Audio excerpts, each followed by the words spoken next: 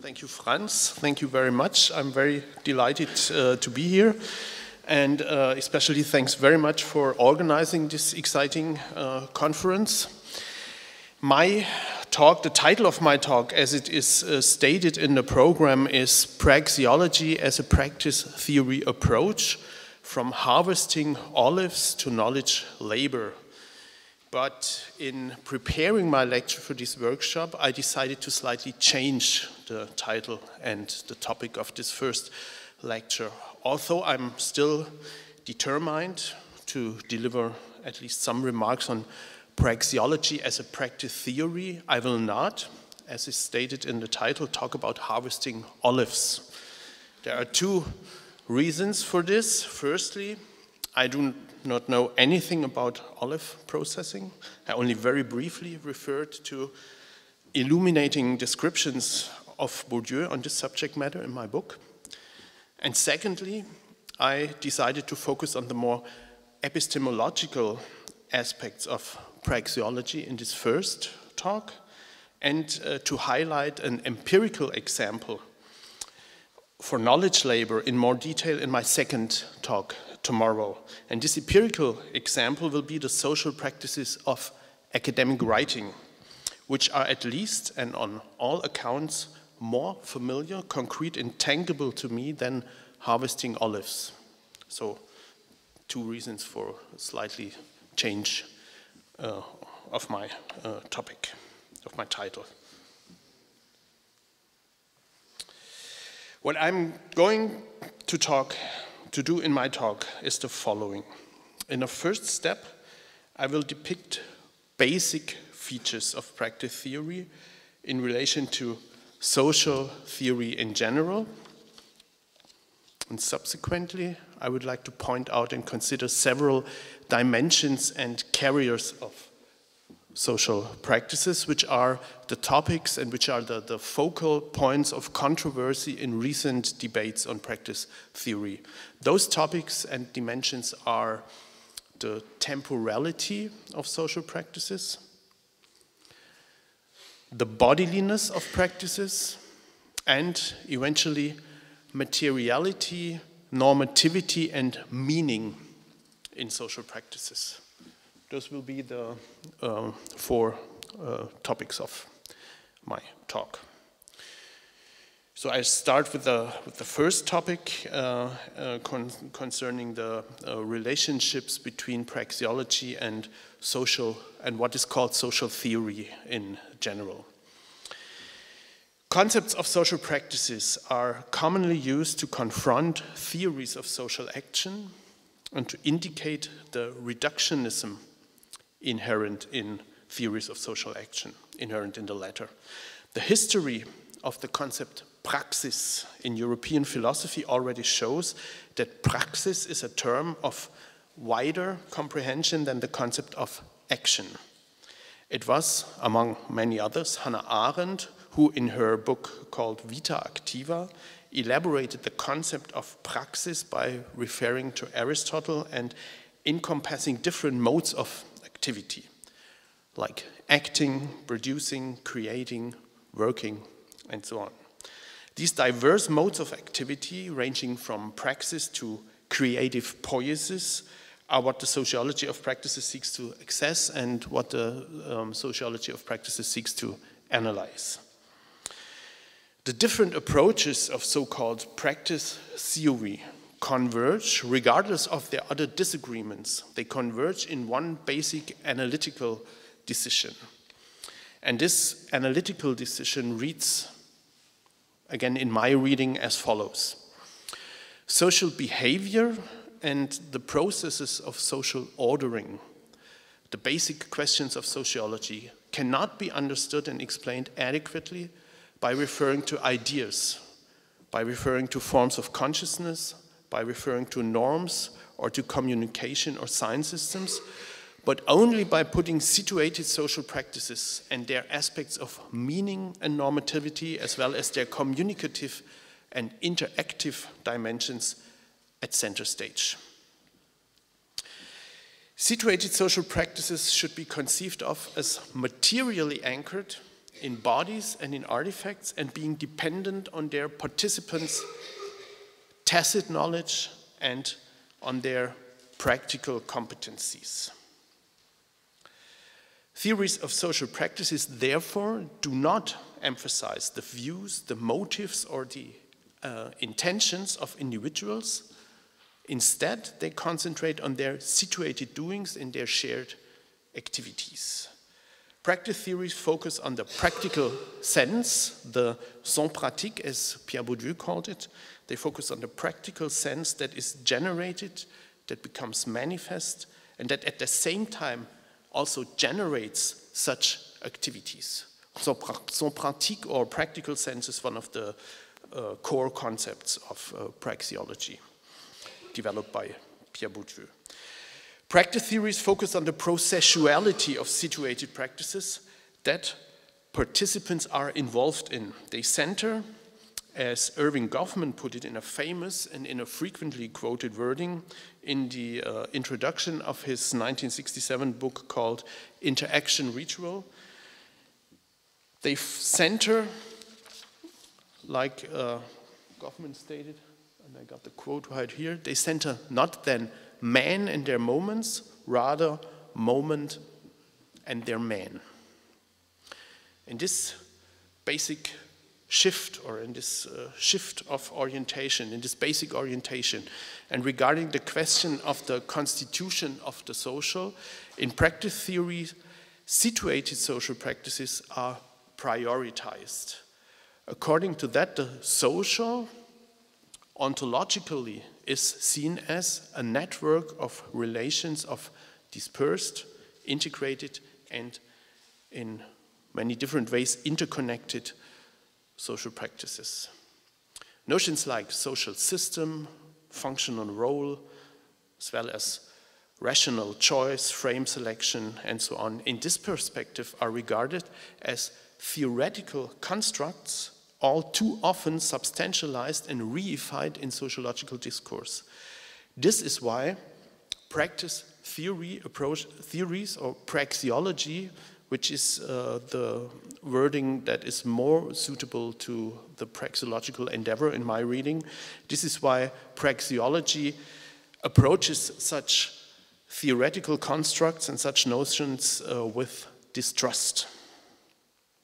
And such distrust also is accompanied by the skepticism of empirical praxeological research towards under-analyzed speculative theoretical excess, characteristic of so-called scholastic social theories that are, as Bourdieu stated, contaminated by, quote, the illusion of the almightiness and omnipotence of thinking, unquote.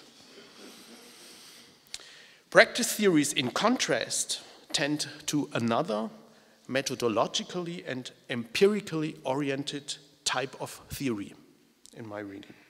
Thus, practice theories do not come within the limits of what is generally called social theory at all. Practice theories, or praxeology, is, in my view, more adequately to be conceived of as an analytical stance, as an attitude of research, as a strategy of questioning, investigating, searching and finding, as an approach and methodology of what I would like to call praxeologizing. I would like to comment on what praxeologizing is all about in my second talk tomorrow. But I think one of the most important things of praxeologizing is that praxeologizing is most importantly about discovering questions in empirical work and in field work. It's not so much about discovering the answers to questions formulated in advance, but it's more about discovering the important questions in working in empirical studies and in field work. And this is one of the most important epistemological stances of what I would like to call praxeologizing, but I will comment on this in more detail in my second talk tomorrow. After highlighting those crucial features of practice theory approaches or praxeology, I would now like to discuss several dimensions and aspects of social practices, dimensions and aspects that are the focal points of praxeological analysis. Those focal points are the temporality of practices, the bodiliness of practices, and aspects of materiality, normativity, and meaning in social practices. So I now going to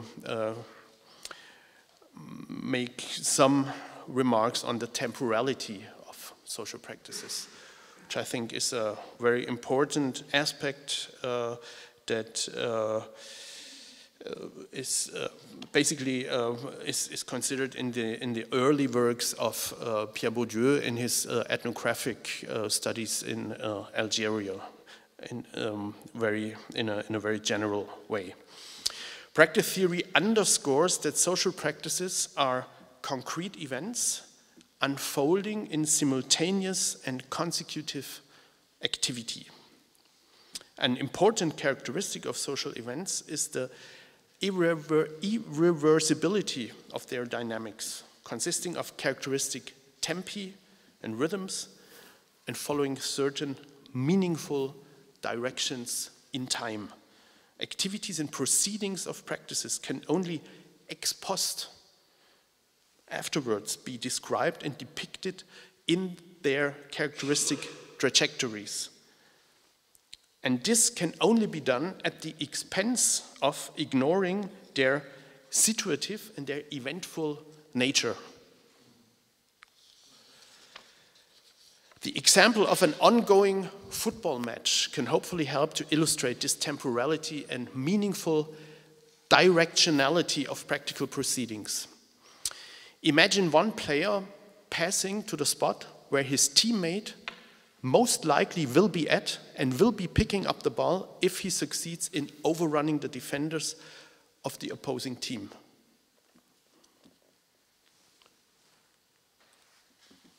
Bourdieu, using this example, explains this specific temporality of unfolding practices as following. Our player who is involved and caught up in the game adjusts not to what he sees, but to what he foresees, sees in advance, in the directly perceived present.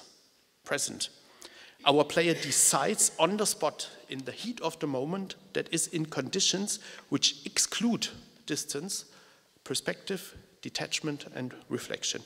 He is launched into the impending future, present in the imminent moment. He identifies himself with the imminent future of the world, postulating the continuity of time. And he thereby excludes the supremely real and quite theoretical possibility of sudden reduction to the present.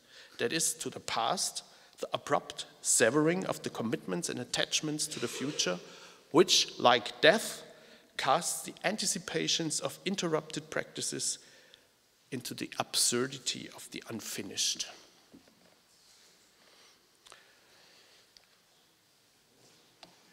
What hopefully becomes clear in this example of passing the ball in a football match, and Bourdieu's analytical elaborations on this example, is that a clear distinction has to be drawn between the practical, the caught up in the game relation with the impending future on the one hand, and what Bourdieu calls scholastic concepts of social acts being intentionally directed towards a planned or calculated future on the other hand.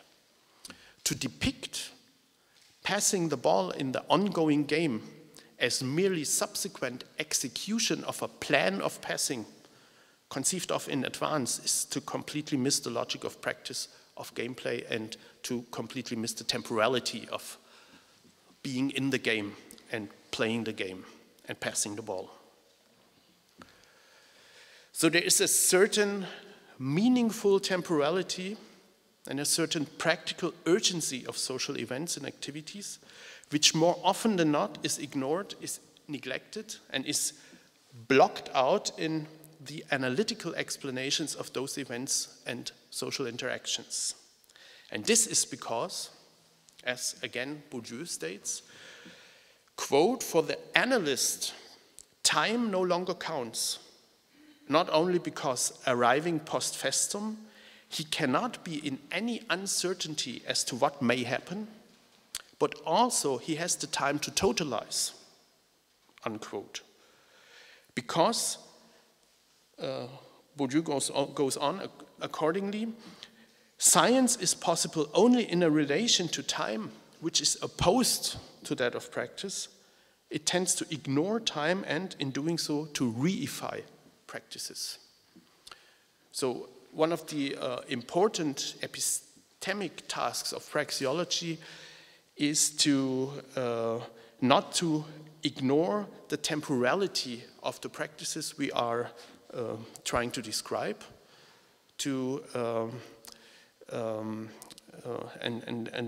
we should try to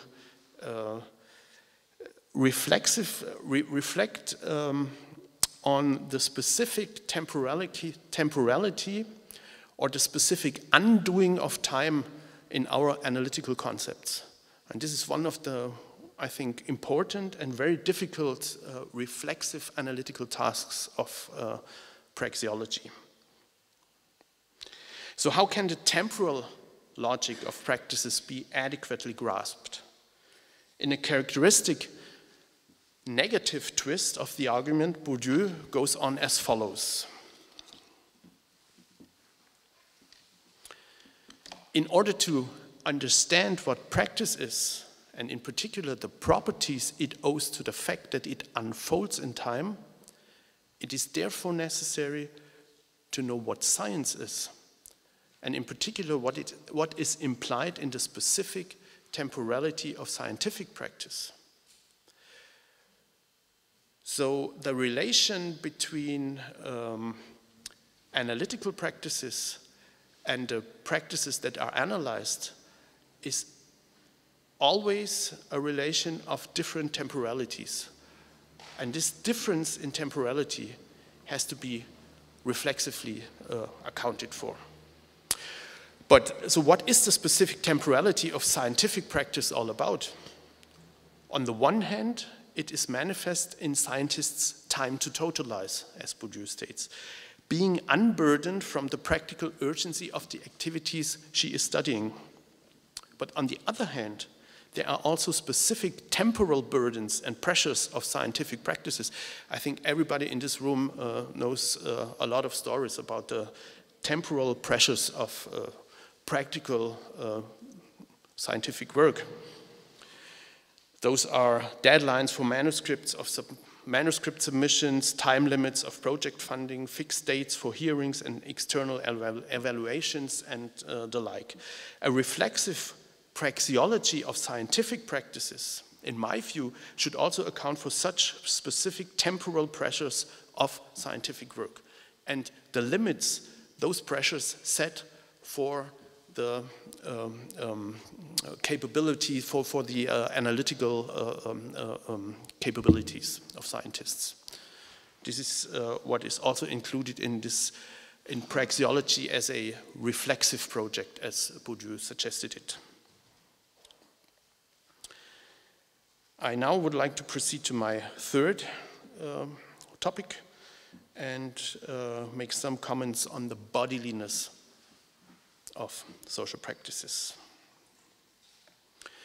Social practices are conceived of as doings. That is, they proceed in observable, meaningful moments of skilled bodies. And this perspective opens up new possibilities for analytic description, especially in fields like expert or knowledge work, scientific work, or in the realms of intellectual, cultural production, writing, composing, and the like, in fields which are considered to represent domains of the cognitive or of the intellectual or of mental activity.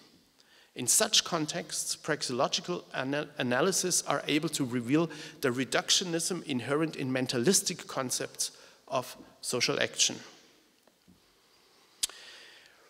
Praxeological studies seek to demonstrate an essential involvement and investment of bodies and movements, especially in so-called cognitive activities.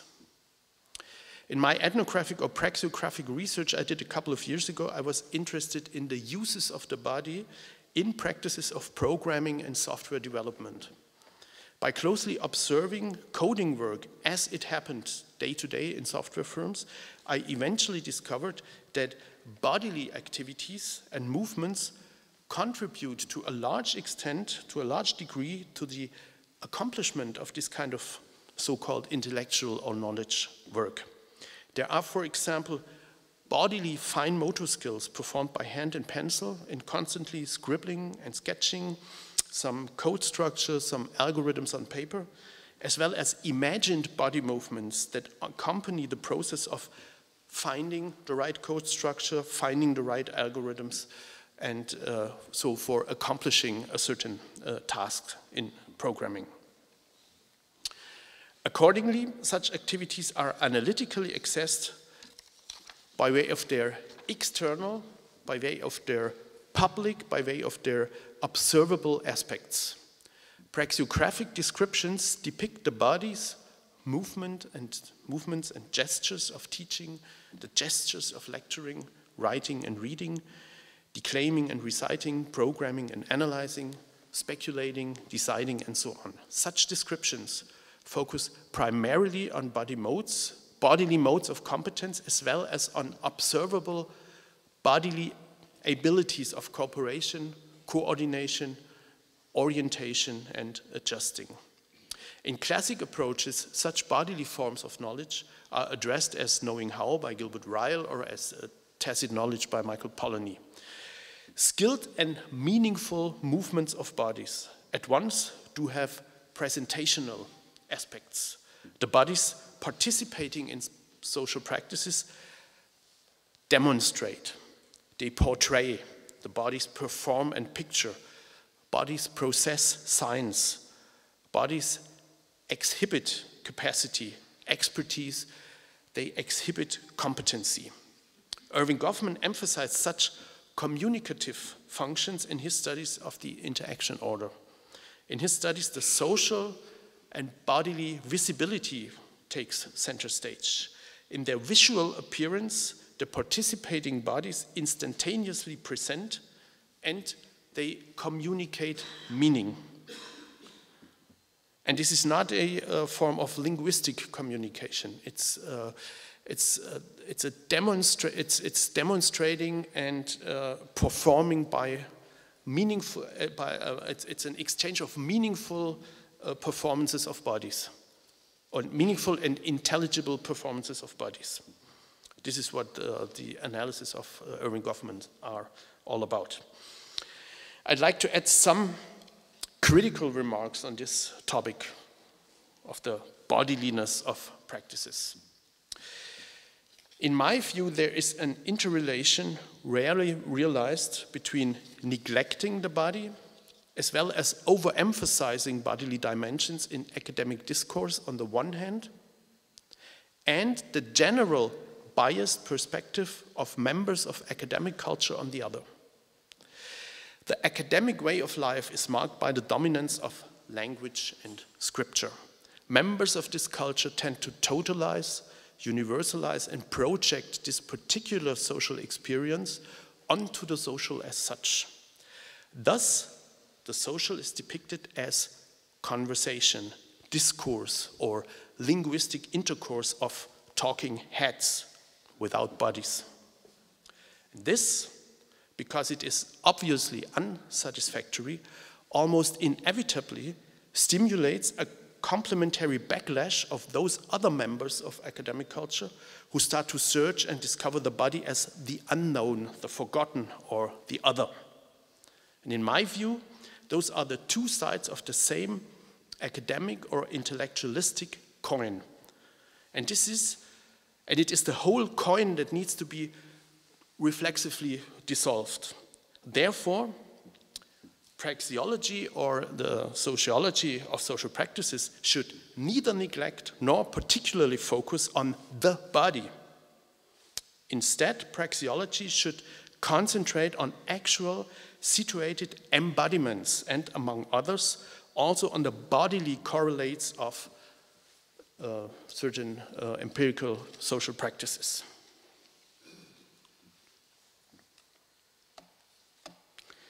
I would now like to proceed to my fourth topic and do some remarks and comments on the materiality, normativity, and meaning in or of social practices. By focusing not only on the bodily correlates, but also on material artifacts, practice theory is putting other important carriers of social practices into analytical reach.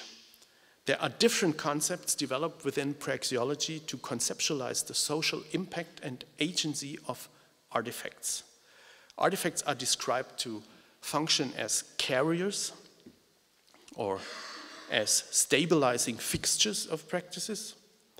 The effects of artifacts are studied in regard to their situated affordances, and what is more, in the so-called post-humanist perspective of actor-network theory, for example, artifacts are portrayed to function as active participants or so-called actants.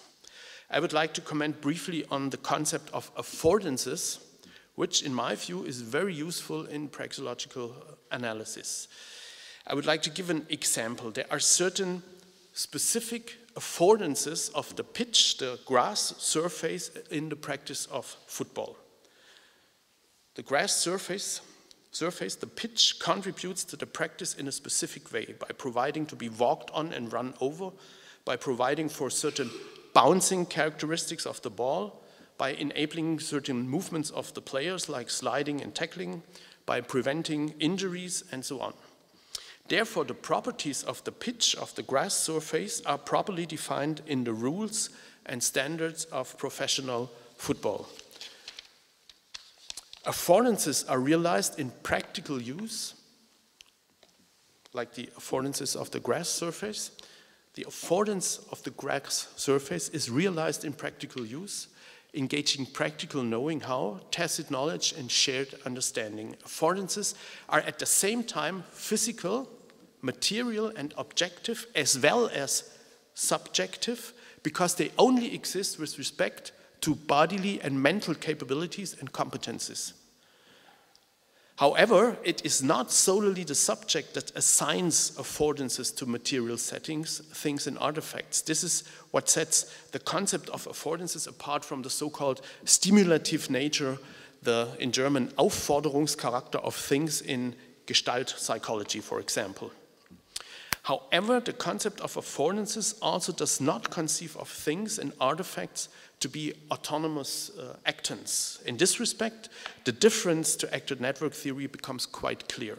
Actor-network theory refuses to work with ex-ante differentiations between human actors on the one hand and artifacts conceived of as not capable of social behavior on the other hand. In a symmetrical perspective, artifacts as well as human actors are considered to contribute to social agency. Now, by emphasizing the agency of artifacts, however, ANT fails to see, understand, and uncover the ongoing practical and meaningful integration of the different participants and carriers in the course of social practices. More rewarding in my view is the account of Elizabeth Scharf that she developed in her latest book. In this account, social practices are depicted as ongoing processes of integration and reconfiguration of different elements. Practices exist when these elements are integrated and linked in specific ways, and practices disintegrate and disappear. They die when links are no longer sustained. Thus, the sociology of social practices does not concentrate on human and non-human actors, but rather it focuses on the circulations and trajectories of the different elements. The crucial questions are: how exactly are those different elements involved in practice, and how are the linkages between the elements accomplished and established? In Scharf's approach, materials encompassing objects, infrastructures, tools, hardware, and the body itself are distinguished from two other elements of practices. One is competencies encompassing cultivated skill, shared understandings, and practical knowledgeability. And the third class of elements, meaning, encompassing the social and symbolic significance of practices. This is because materials, in the sense of Elizabeth Schaff, materials do not articulate or formulate their contributions to social practices by themselves. They do not, materials and artifacts do not render them intelligible to the other participants. Materials are knowable and intelligible only by their linkages with competences and meanings, and that is through tacit knowledge, through shared understanding. Competences and meanings point to the mental components of social practices. Those components are crucial because social practices are more or less intelligible, constantly interpreted, they are constantly judged, evaluated, and criticized by the practitioners.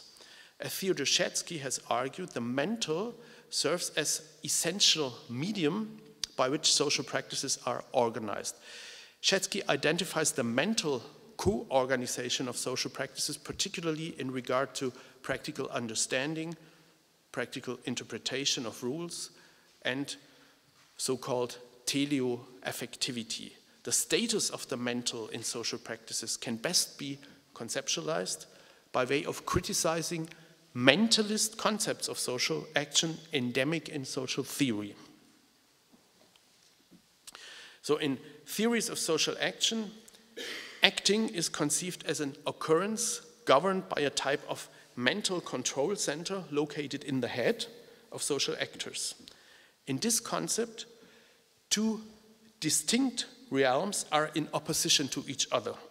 An unobservable inner psychic apparatus in the head, on the one hand, and an external sphere of public and observable acting and behavior governed by this inner apparatus on the other hand. Now, by shifting attention towards those observable doings and sayings, praxeology is questioning, praxeology is kind of undermining the central position of the mental in orthodox theories of social action. The mental no longer is assumed to be separated from practices. It is instead reconceptualized as an element of social practices. Thus, a social practice always forms a nexus of behavior and practical understanding. And those two aspects are not distinctive aspects. They are modes of the practice itself.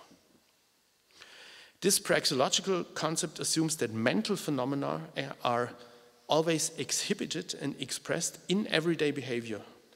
They are expressed in gestures. Mental phenomena are expressed in facial expressions of others, for example. By relying on such everyday expressive behavior, intelligible to competent members of a group or culture, praxeology is to revise the idea of the mental based on an invisible inner apparatus. Referring to arguments from late Wittgenstein's philosophy of language, praxeology assumes a mutual dependence of observable behavior and mental patterns of understanding. Mental phenomena only exist for participants in their mutual understanding as far as they are somehow manifested in observable public behavior. And at the same time, such behavior is intelligible only if it is perceived as a manifestation of mental procedures. Thus, everyday interpreters always attribute a mental background to observable behavior in order to render it intelligible.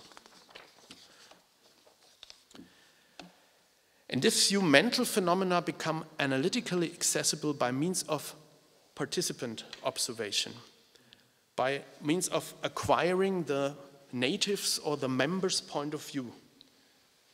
The sociologist is obliged to gradually learn how members account for mental states, how they account for mental phenomena, and the sociologist is obliged to explicate the underlying criteria for such accounting of members, for such members accounting. This can be done best by focusing on how participants are observing, how they are interpreting, how they are understanding each other's expressive behavior. And such interpretations also encompass constant judging, constant evaluating, and constant criticizing.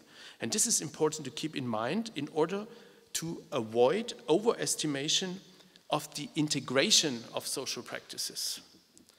This is very often done in praxeological studies. There's a certain overestimation of social practices as being integrated, meaningfully integrated social entities. And this is a way of disregarding the ruptures and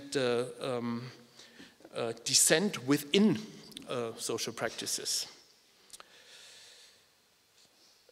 So we have always interpretations, we have always judging, we have always evaluating and criticizing practices by the participants of those practices itself. And we have to analytically also focus on these forms of critical, practical reflexivity.